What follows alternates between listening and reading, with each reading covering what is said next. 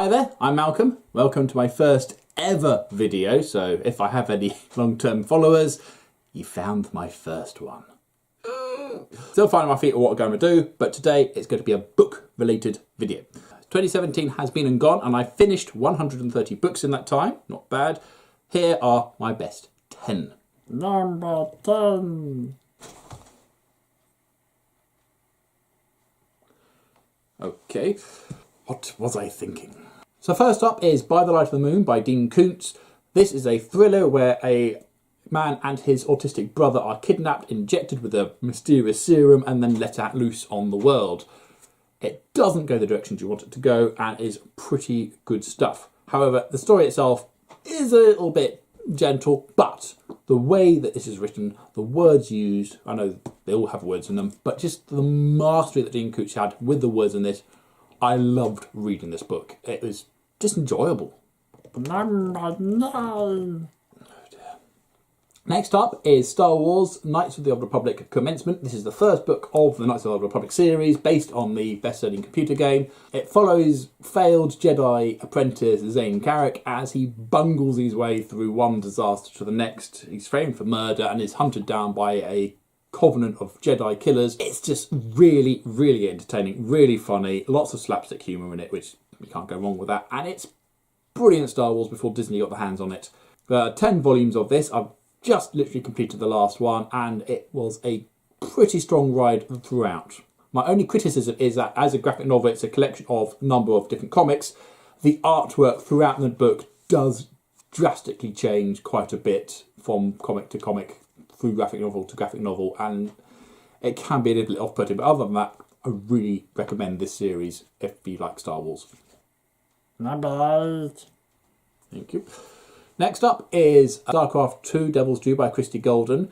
This is the second book in the duology following James Rayner and Tychus Finley in their exploits before the events of the games, or even the original StarCraft game back in the 90s. It's a thrilling ride as they are hunted down by an assassin and a whole bunch of other things go on. It's actually quite a heartfelt story, very moving in places, and I found for a book based on a computer game to be a lot more than I was expecting. A brilliant duology, but this one I think was better than the first one. So, Number 7. You gotta do that every time.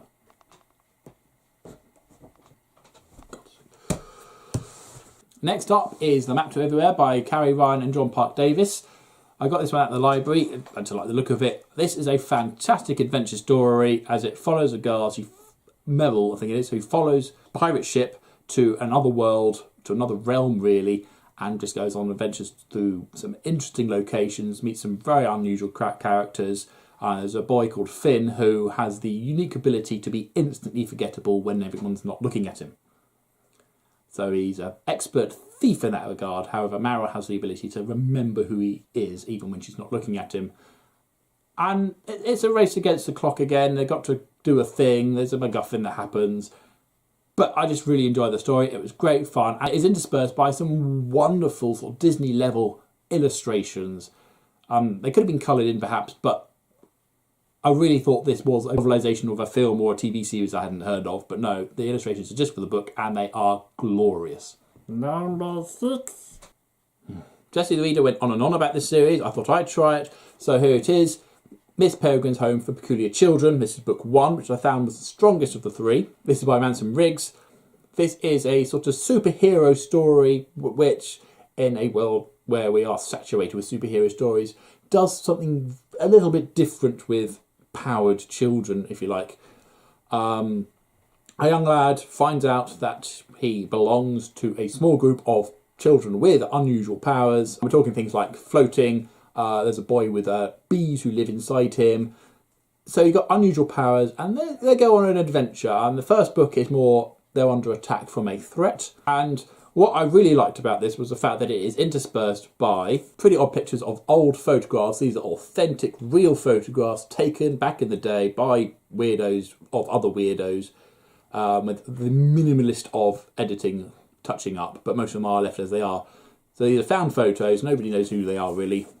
And the fact they're real photos is a bit disturbing, but the fact they're so wonderfully interwoven into the story, they're each given their own story. And what I really enjoyed about this is flicking through it look at the pictures first, and then reading the story and finding out how the pictures actually match the story.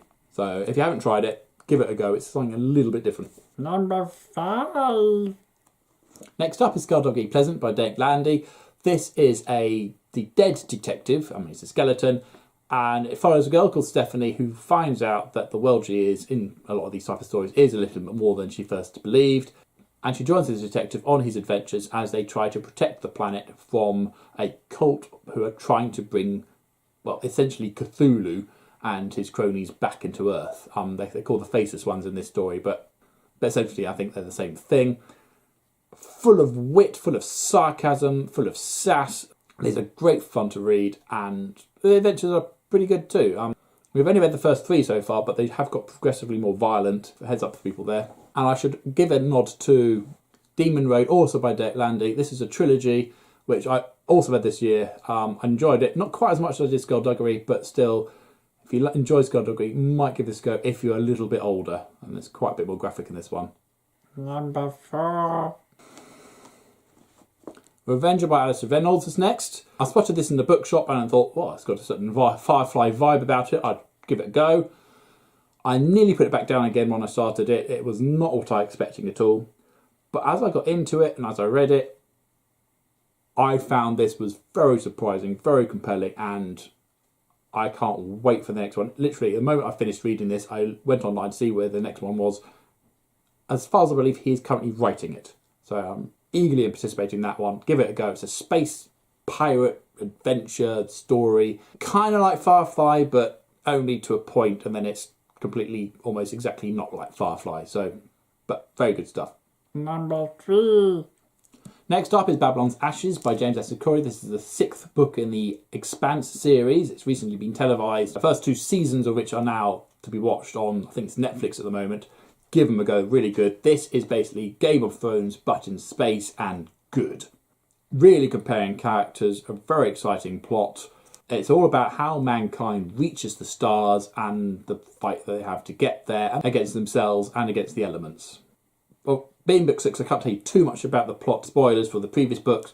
I've enjoyed every single one. Leviathan Wakes is the first. Go read it if you like epic space adventure stuff.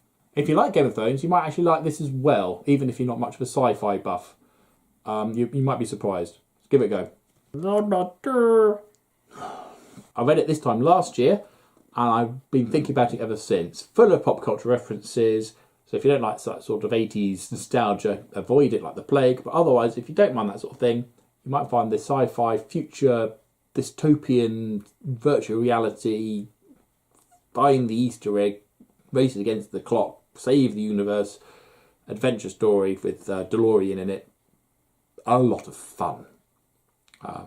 Full of all sorts of stuff if you grew up in the 80s and 90s that you go, oh, I know what that is. Oh, I know what that is. Oh, I don't know what that one is. I think you'd benefit more as an American reader because there's a lot of pop culture references for Americans. Over in England, there were some references that just went whoosh over the noggin, but for the most part, absolutely stonkingly good book, and it deserves the hype that it's got.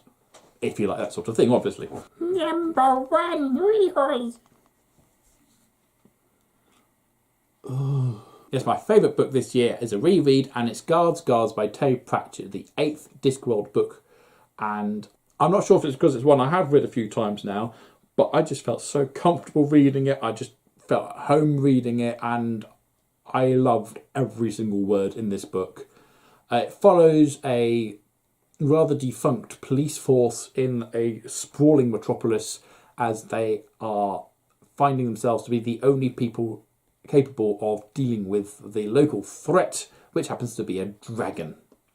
It's hilarious, it's satirical, and it's still very, very relevant today, despite being a few decades old now, and is masterfully followed up by Men-at-Arms, and is a great sequel to the first book, and it is actually continued through a few more, but I read Guards today. This will be probably the top one when I read it next year, or whenever. And that was my top 10. I hope you enjoyed it. If you've got any nice things to say about those books, then let me know below.